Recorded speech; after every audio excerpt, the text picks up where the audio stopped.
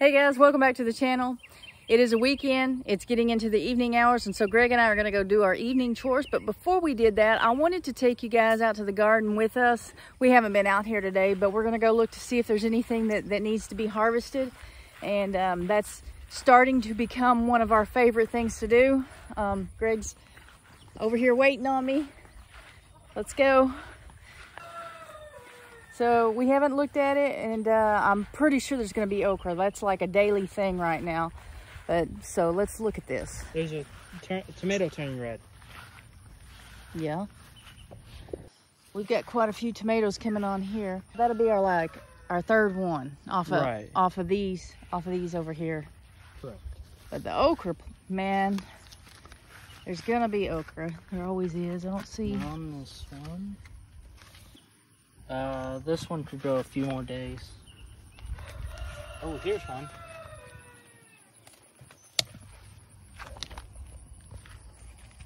Here's another one. See, yeah, this is an everyday. I think that one's ready too. Yep. That's an everyday thing with the okra. And then these are having problems. These are supposed to be red, so my guess is they're not red yet. They're not ready. Of course, we had a big storm. We need to get something to put this up with. Yeah. But we had a storm again last night, knocking stuff down. Oh, here's one.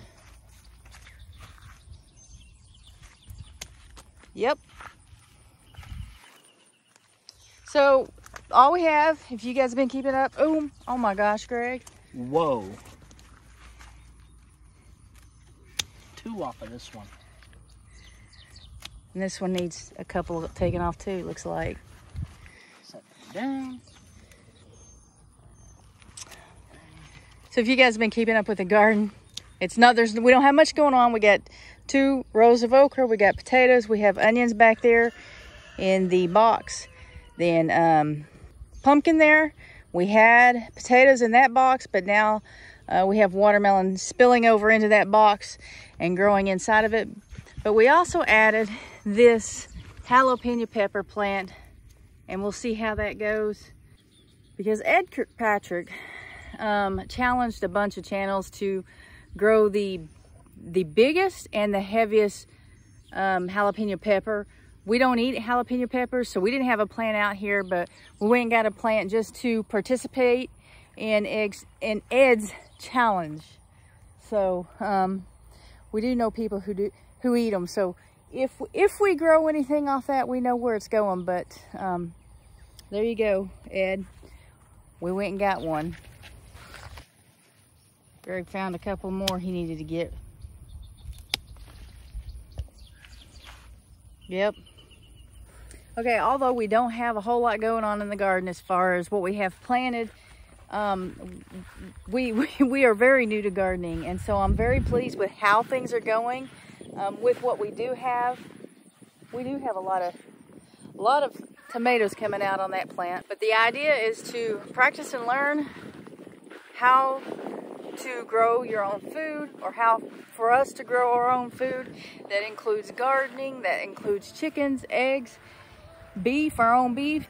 We're doing this so that we can become a little bit more self-sufficient.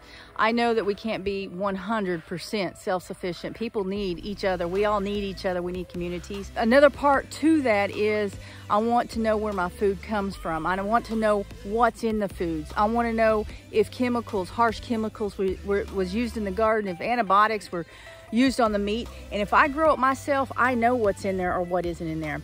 And so getting away from the toxins is another reason that we've partnered up with another company, which is Switch Away. There is a link in the description below. If you click that link and become a member and start purchasing through them, I will get a commission. It is an affiliate link, but we do purchase through them. We purchase like our cleaning supplies and personal hygiene products. They sell healthcare products, just a lot of products that don't have the toxins and harsh chemicals, and safer for you. If that's something that you're concerned with, go ahead and check that link out in the description below. Ready to see what's in here? Yes. Okay. What? Cucumber. Oh. Thought like you found a bar of gold or silver or something. Oh my goodness, that one. That happened like overnight though. We got a lot of rain. Oh my goodness. Whoa. Well, when you get this one, oh, that was cricket. I thought it was a giant spider. Never mind. Hey, but come look at these though. These are ready. These are pickling cucumbers and they're huge. Yes. We should have come out. Did we come out yesterday? Yes. No, what was yesterday? You and Amy did. Was that yesterday? Yeah. Yesterday's Friday. We did it Thursday then. Oh, Thursday. So we skipped a day. So this is what happens when you skip a day. There you are. You not ready yet? No. It's not ready. Oh. Watermelon? Yep, this is ready. It's not. What are you getting? Cucumber. Oh, I asked if it was watermelon, Oh, no. and you said no. I mean, you said yeah. Here's another watermelon. Oh, there's 2 watermelons. Yes. Big though, getting big rather. Not big yet. Wait a minute, one of those is different. Well, one of them's you got cantaloupe over here too. This is much darker. See? It looks about the same to me. They look the same, but look, all these. This one's getting big. Yep. But according to the comments we're getting in the comment section, well, that doesn't even look right ready to me, but according to comments that people have left in the comment section, we're waiting on this to brown up before we start plucking any more melons out of the garden. So There's another one growing. we'll not make that mistake again. Oh, here's another one. Hey, you need to check the okra and the cucumbers every day. Yes, ma'am.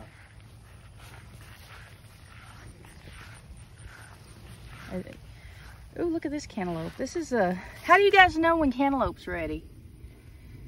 In the last video, you guys saw us take out a watermelon that we thought was ready, and it clearly wasn't. And then I got a lot of comments. I even got a lot of text messages of people telling me how to tell when a watermelon's ready.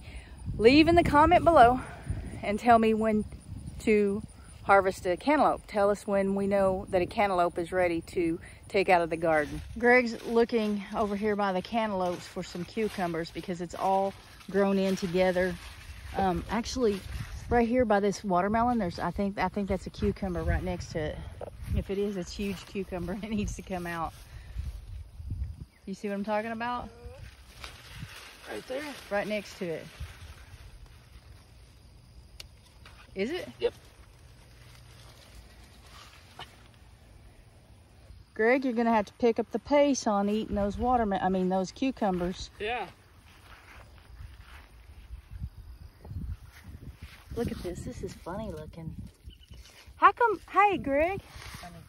How come this looks like this? Actually, look at this. This is what? Charleston Gray, I think. What? Charleston watermelon. Watermelon. That's a watermelon? That's a watermelon. That's that. Oh, it's that. Okay, that makes more sense. Never mind. I was just kidding. So here are the pumpkins, the plants. It's taken them some time to take off. I don't know if we planted them in time. I don't know if they started growing in time to actually produce pumpkins all the way. Well, I've seen some flowers, and I can see some flowers in here too, but they've all been, there's none with the bulb on the end. There's none of the female flowers, I guess you would call it. So it'll produce flowers and then it'll wilt or wither away, and that's all that's happened so far. But is there a chance of us getting pumpkins this year? Let us know in the comments. Here's my buddy Tucker. He's been out with the goats all day today. He was out the last couple of days with them, not at night, but during the day. He was doing really well, and just a while ago we had to get onto him for chasing a few goats.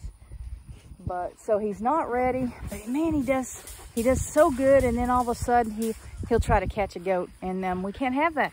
He's leaving the turkeys alone. I've never seen him mess with any of the turkeys, so that's good. Speaking of turkeys though, we got some more birds we've got to show you. Okay, before we take you over to the other birds I was just gonna give you a little update on the death layer chicks and the Orpington chicks that are in here with us rooster, this Orpington rooster. Caleb. Okay, back here in the corner, I see 2 of the death layers back in the very back. And I see 4 Orpingtons, but there's another death layer somewhere that should be out here. And I'm not seeing it unless it's behind, oh, it's behind the rooster. There it is. See, I think this is a rooster, pretty sure. And that one over there, I think it's a rooster. But there's the death layer chicks that Cassie got me.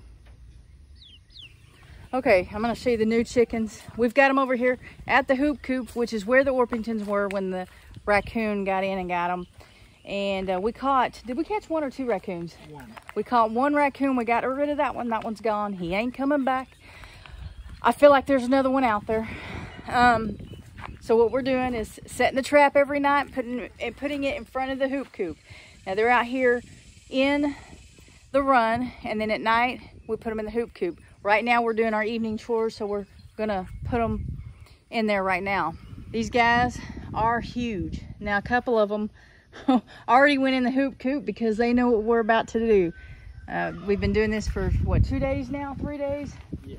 And they've kind of got the routine down, but these guys are huge. They do lay eggs. I have to put them over here. We took ducks and we took turkeys out of the large coop because there were too many birds. So this is the only place I have for them. So this is where they're gonna stay, and we'll just keep setting the trap every night, and we'll set it and put it right in front of the hoop coop, right there where those bricks are, and hope that if a raccoon does come, that we catch it. Pick up a rooster. I want them to see the size of these birds. Why don't you come? Yeah, go in there and it'll be easier to catch you.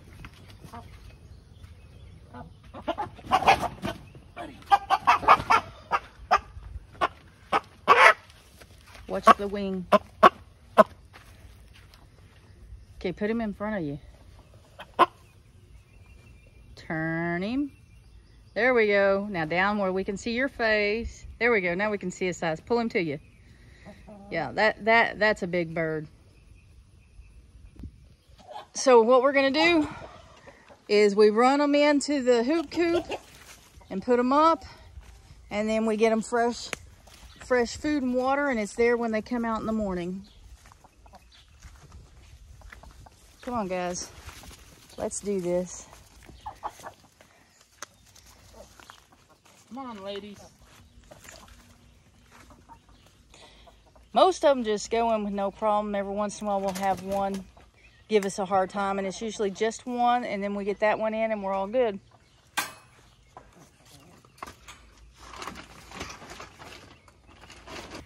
Greg went inside to get a little bit of bait for the trap. We found that Vienna sausages are easy for us to use, and we are kind of up to here with Vienna sausages right now, so that's what we're using in the trap. We're not using, we put a couple of them, break them up in there, and then give the rest to the dogs.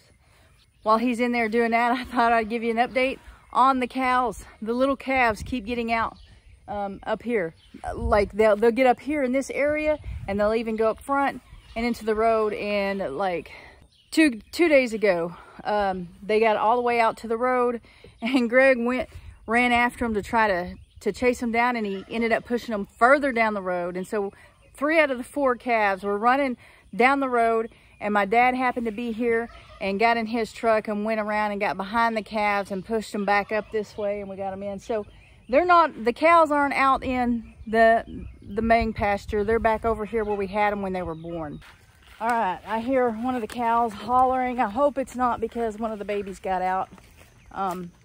It's not as likely that they'll get out over here, but it is possible. These calves are real small, and so it's a barbed wire fence, but it's like six strand or something. It's pretty good. It's a pretty good fence, but if they want it out, they can most certainly get out.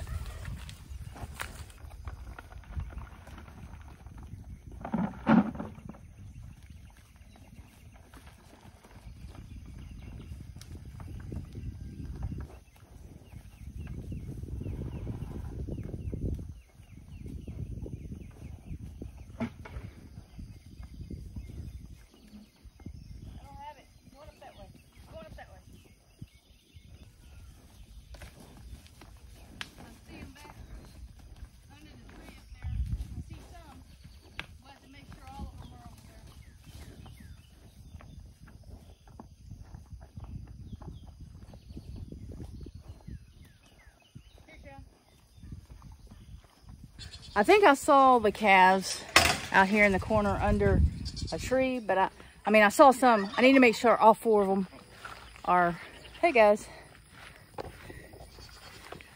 I need to make sure all 4 of them are out here. And he's gonna go ahead and get the feed and start feeding and watering everybody while I go check on these calves. Well, now they're moving on me. I can see 2 calves right here. And I was headed down there by those trees to see who all was there. Okay, I can see two calves laying in the grass there. And I saw 2 headed up there to their mamas. So that's 4. That's what we needed. That's what we needed to see, is 4 calves. Okay, I'm not gonna keep the camera running while I'm walking all the way up there because crocs are loud and it's kind of a long distance, a long walk, but I'm gonna take you up there and show you where the calves are getting out and kind of show you it's not a small deal. It's not a small area that we can just fix real fast. On this side of the shop, there's a gate there. They can get through on both sides of the gate, and as I get closer, I'll show you. But they're also able to get out on the other side of the shop, and I'll show you that as well. Hey guys. Chase, Rocky, what y'all doing?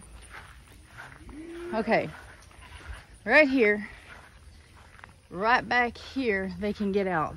I don't know if you can see this metal panel. How would I separate the two? The big metal panel goes almost to the shop, but then they've got a regular center cattle panel.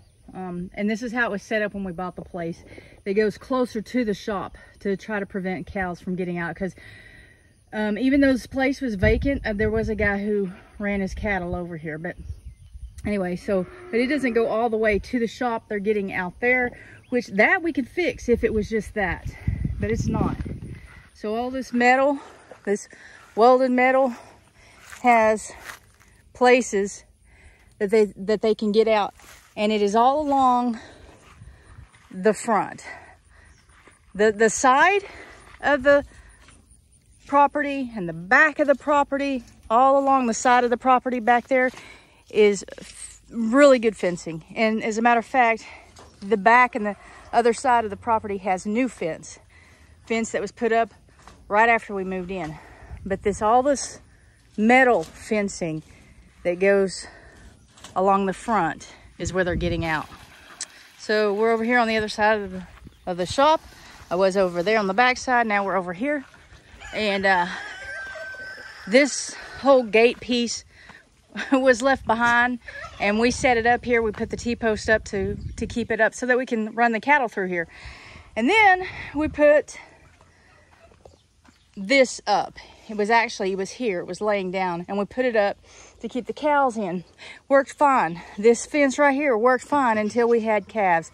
The calves can come right here in between the fence and the tree, and they can get out in any part of this metal fencing over here. So as you can see, some of the fencing is not connected. It has fallen, and it, like I said, it keeps the cows in just fine. Not had a problem with the cows, but the calves can get out all the way around the front area of the property. Well, the front area out here by the shop. The fronts along the roadside, they can't get out. It's barbed wire. They can't go. Well, I mean, if they were pushed hard enough, they could, but so could the cows. But they're not getting out there. It's this metal fencing. That's where they're getting out, and that's the thorn we're dealing with right now.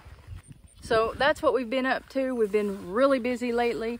Some of you might not know, but Mom and Dad are building a house directly across the street from us, and we've been helping them move. They're not, they're almost completely finished with the inside of the house, but what's lacking for them to get completely moved in and officially moved in over there is getting the fence up around the property, because they've got some pretty large dogs that they need to keep in. But so we're just really busy, and I ask that you guys be patient as we try to continue. I have a job We have what we're trying to homestead or farm, and then the YouTube channel. If you enjoyed this video, please go ahead and smash that like button and leave us a comment below. If you have questions, if you just want to put some emojis down there, that helps. The interaction helps with the algorithm. We really enjoy the comments. We read every one of them. And don't forget to check out our affiliate links in the description and share our videos, and we will see you on the next one.